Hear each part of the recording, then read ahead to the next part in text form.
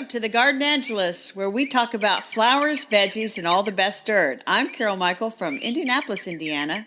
And I'm Dee Nash from Guthrie, Oklahoma. We call ourselves Garden Angelus because we are evangelists for gardening. We love gardening and we want others to love it too.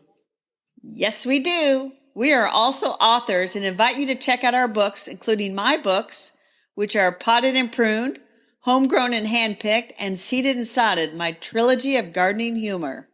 And my book, The 20-30-something Garden Guide, a no-fuss, down and dirty gardening 101 for anyone who wants to grow stuff. Isn't that a mouthful? You can ask for any of our books at your favorite bookstore or find them online wherever books are sold.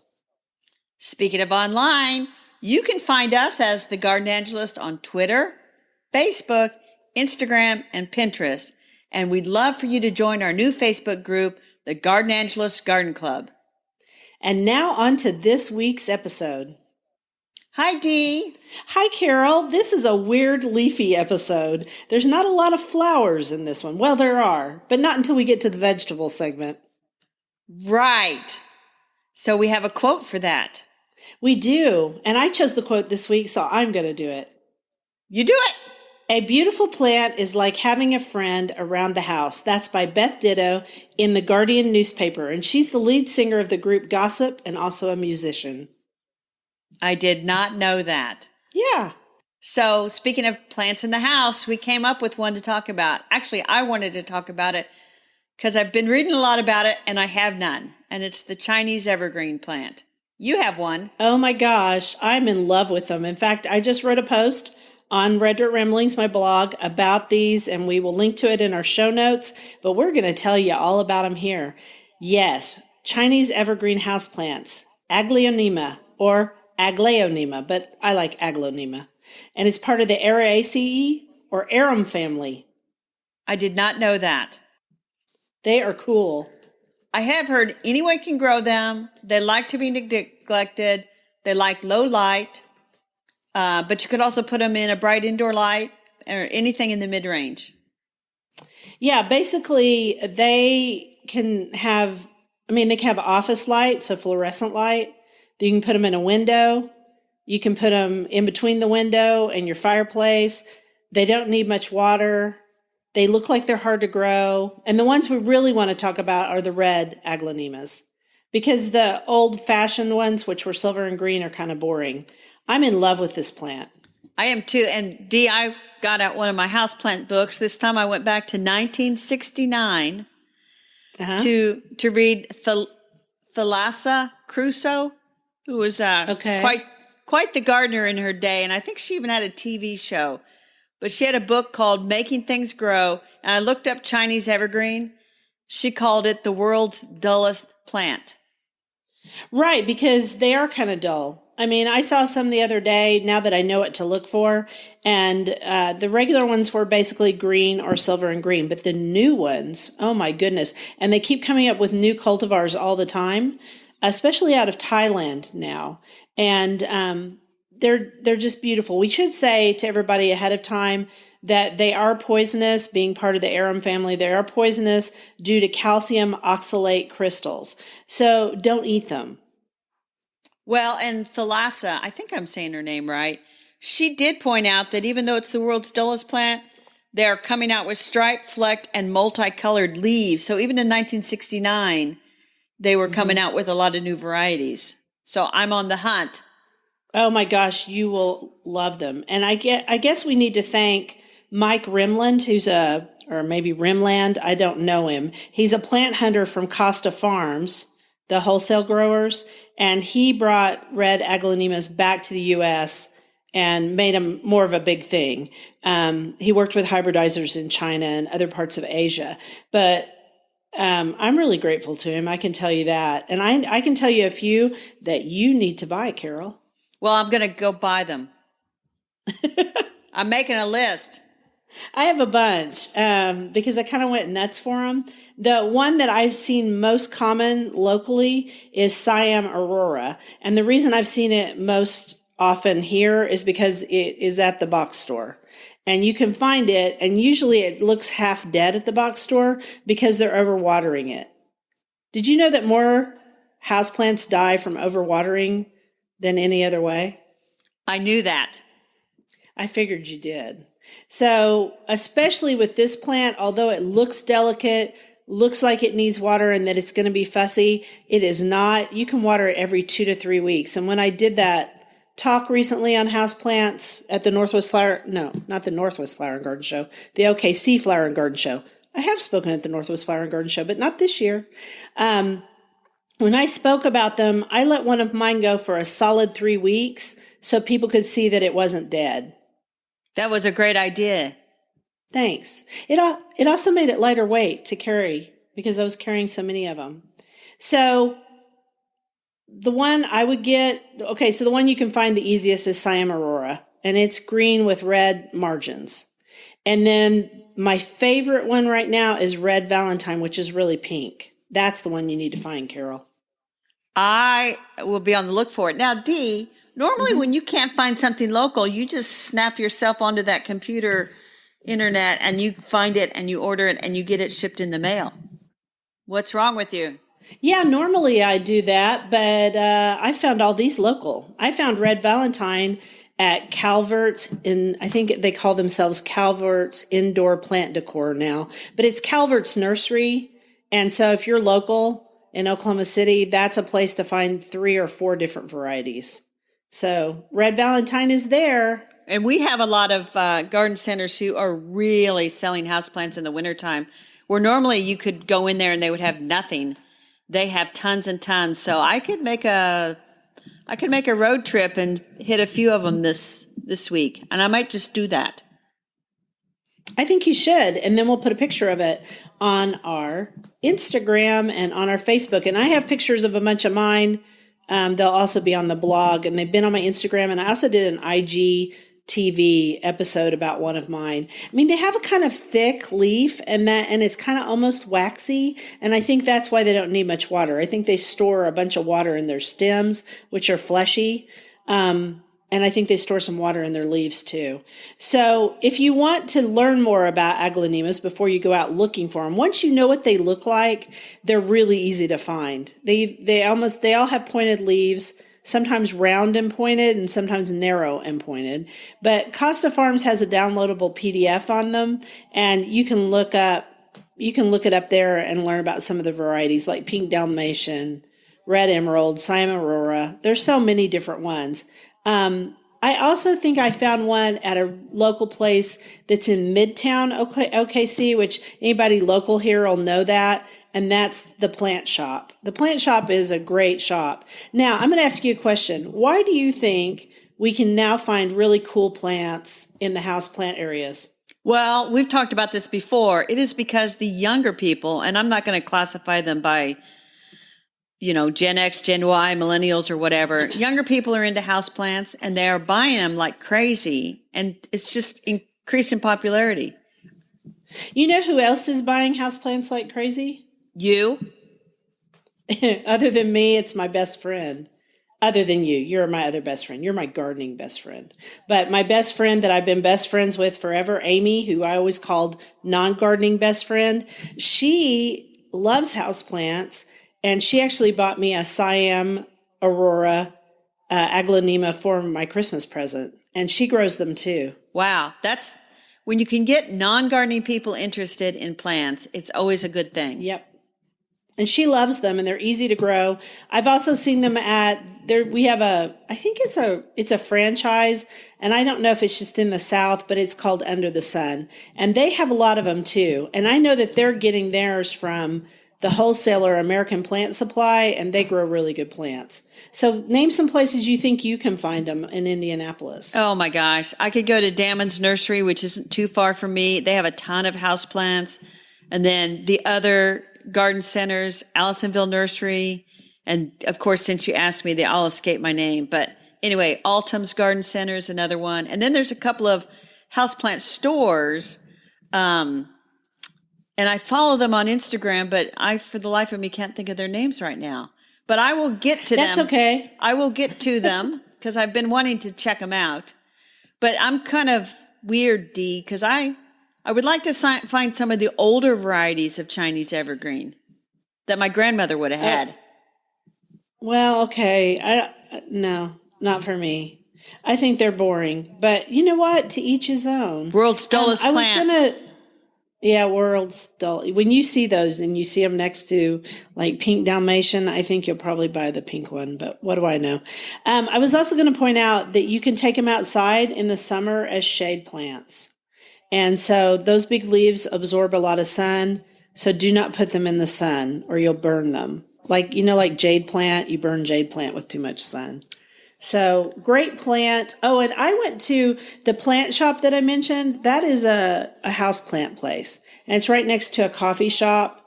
And I actually bought another plant there, which we won't even talk about today. We can talk about it later. But I did see on Instagram, on IGTV, you posted about, I think you were repotting one, weren't you? Yes, I repotted an Aglaonema and I've done, I repotted them. I talked about them. I talked about what I was taking to the show. I mean, basically, I'm so in love with them that I've mentioned them almost every day for the past 3 weeks. People are probably really bored. Well, we're going to post to that Instagram TV. We're going to post that as well on our show notes.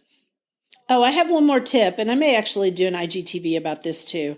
When you have a plant like that has really great foliage, like the polka dot plant or Aglaonemas, I can think of a lot of other ones too.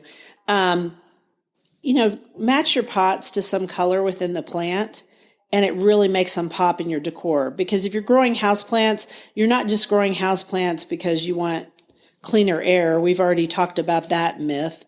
But you want them to be part of your decor. So think about that. Hang them in a hanger, a macrame hanger. Those are in too now. They are. All right. Well, let's go on to our vegetables. Speaking of leaves, we said this was a leafy episode. It is a leafy episode. So our quote is, "My dream is to become a farmer, just a bohemian guy pulling up his own sweet potatoes for dinner." Now that quote has been attributed to Lenny Kravitz. Do you know who Lenny Kravitz is? Kinda. He played Senna in the Hunger Games. I know you saw the Hunger Games, right? Just the first one. So he was the one who dressed the main character. Okay. Really handsome. He's a really handsome guy. He's also a rock star. He's a singer, and he never grows old. And so I want to attribute this and get it right, because we try that really hard with our quotes. I'm not sure he actually said this. He really is a farmer, though, because he owns a 1,000-acre farm in Brazil. He went to Brazil, loved Brazil, and he now has this 1,000-acre farm.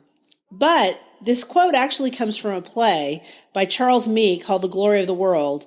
And he definitely did say, "I'm going to be a farmer," in Architectural Digest. The reason I'm telling you guys all of this, and you too, Carol, is because I spent half a day researching where this quote came from. I watched all the video on Architectural Digest. I have to say that it wasn't painful to watch Lenny Kravitz because I think he's handsome, but still.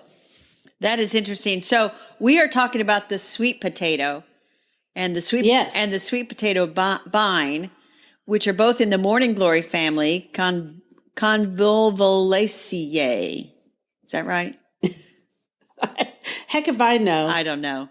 You said, the show notes say, try to say that, Carol. Anyway, I'm not even sure I can say the botanical name of sweet potato vine. It's Ipomea batatas. Ipomea batatas. That's how I pronounce it. Either way, plants not going to care. I don't think it matters. Plants don't care. Yeah.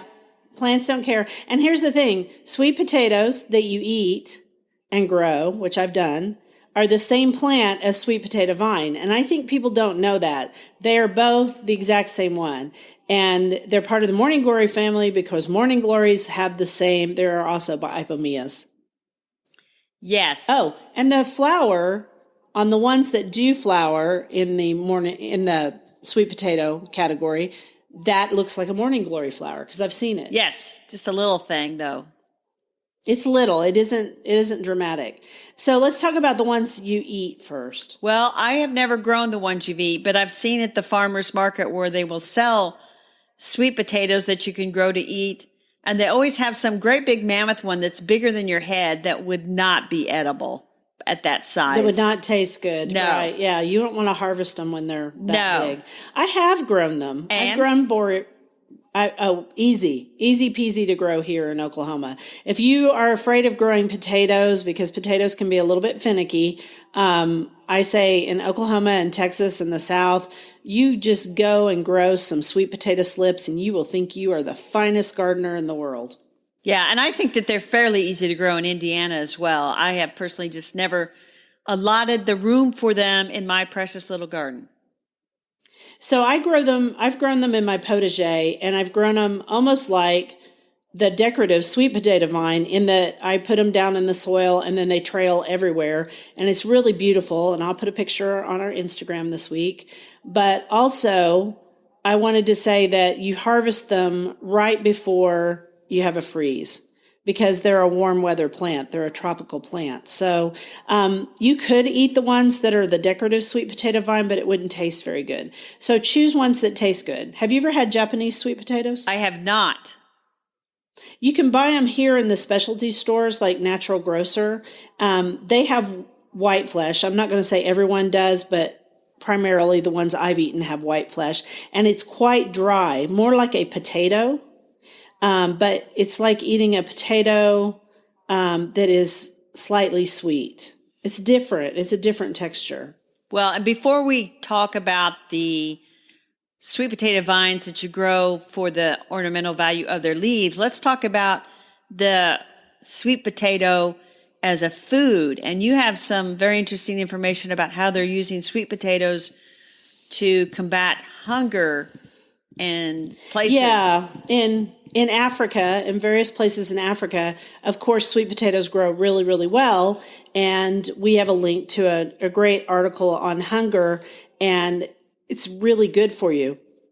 Sweet potatoes have a lot of carotene. They have a lot of, is carotene and vitamin A the same thing? It might be. Anyway, they have a lot of vitamin A, a lot of carotene. They also have a lot of vitamin C in the orange fleshed ones. And that's what I was going to suggest if you grow them. I mean, if you want to grow the Japanese ones for fun, Murasaki is a good one to grow, but also I probably wouldn't grow Murasaki. I've always grown the orange fleshed ones because here's the thing, they're really good for you. The other thing I was going to say is that they're also using sweet potatoes for sweet potato flour. And sweet potato flour is where they dry the sweet potato and then it looks like a flour. And I've actually cooked with it because it's a gluten-free flour because obviously it's not from a grain, so it doesn't have any gluten in it. And also it is a paleo flour. It is low glycemic, and it's pretty good for you. So they're using it for lots of ways in Africa. Another great crop that they use in Africa for hunger is the pumpkin.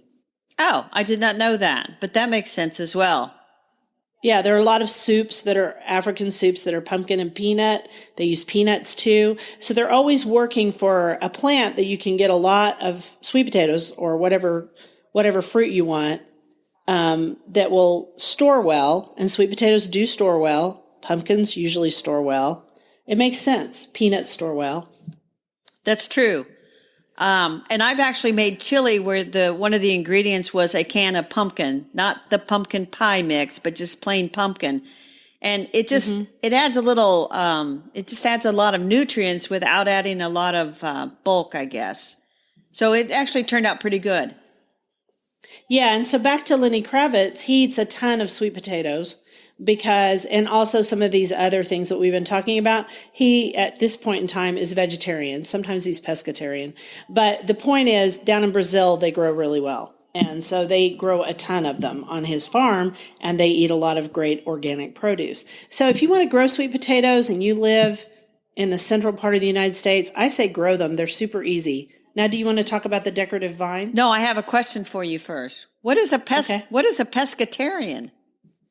A pescatarian eats fish. Oh, okay. I had no idea. I thought, is she mispronouncing Presbyterian? Just kidding.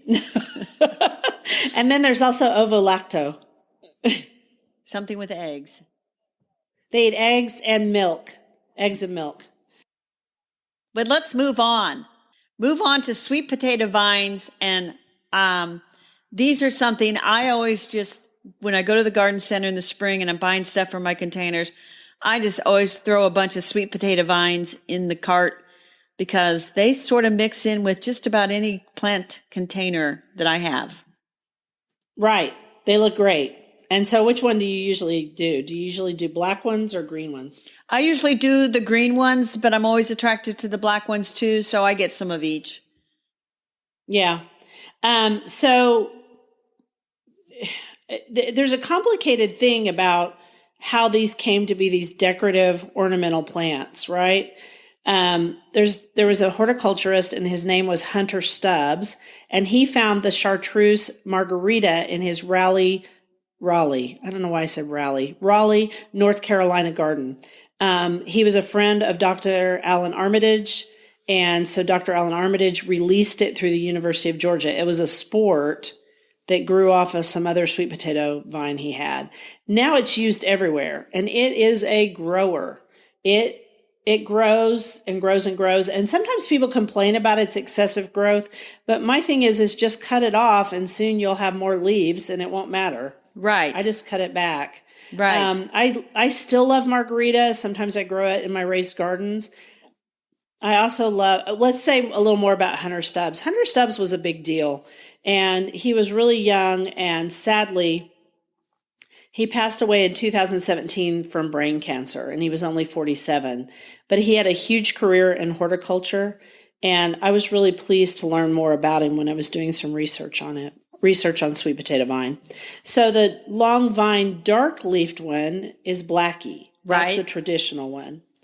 And now they're they're trying to emphasize ones that don't grow quite so long, because some people want to use them in containers, and I guess they don't like lush growth. I don't know. The Sweet Caroline series is really good. That's through Proven Winners. I've grown a bunch of those. The Sweetheart ones all have heart-shaped leaves, which I love anything with a heart-shaped leaf because I love hearts.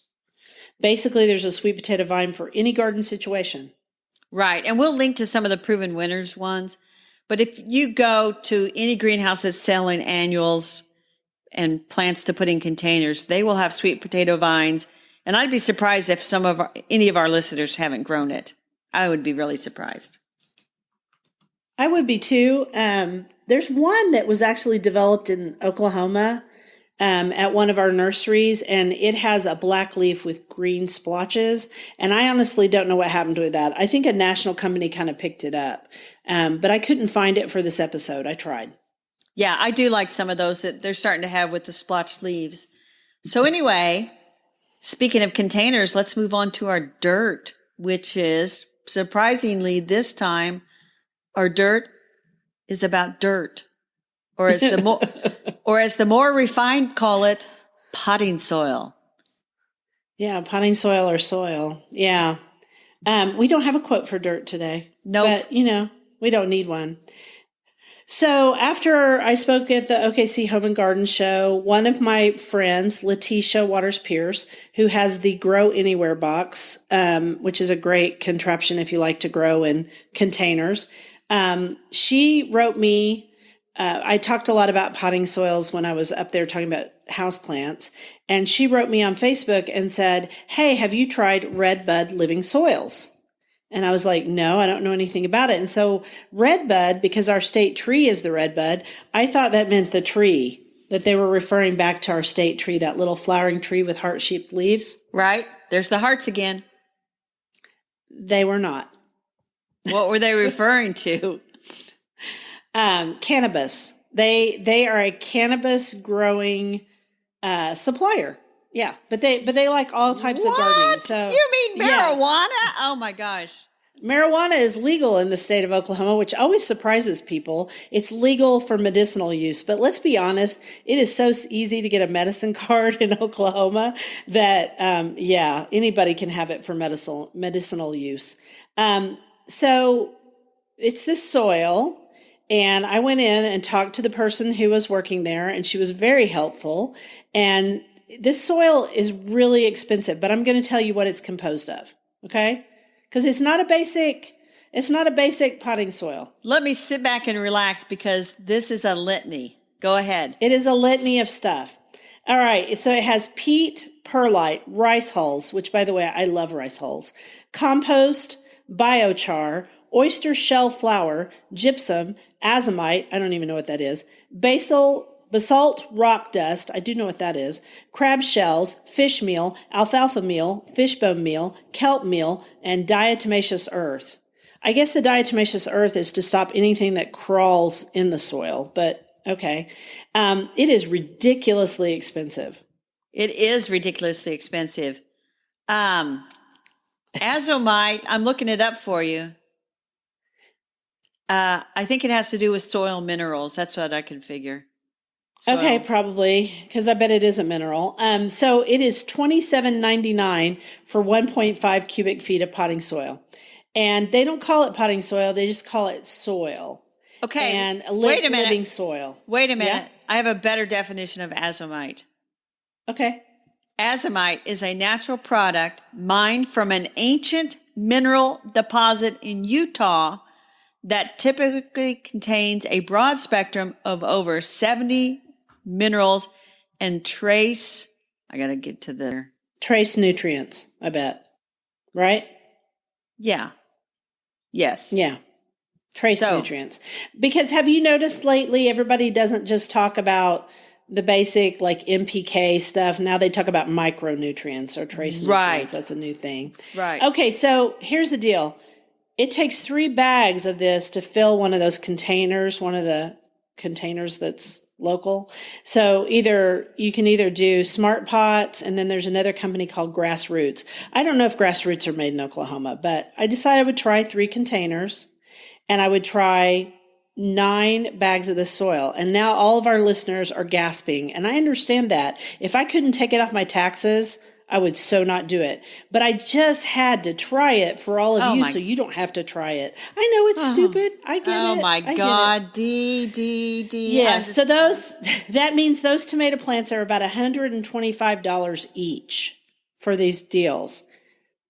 The good news is I'm working on something with Smart Pots because I love them, and they're sending me 10 more containers that I'm going to try other potting soils in. So I'm going to use our local one from TLC Gardens for 3 plants. I'm going to grow 3 plants in this special cannabis potting soil, and then I'm going to grow 3 plants probably in one like Happy Frog because I love Happy Frog potting soil.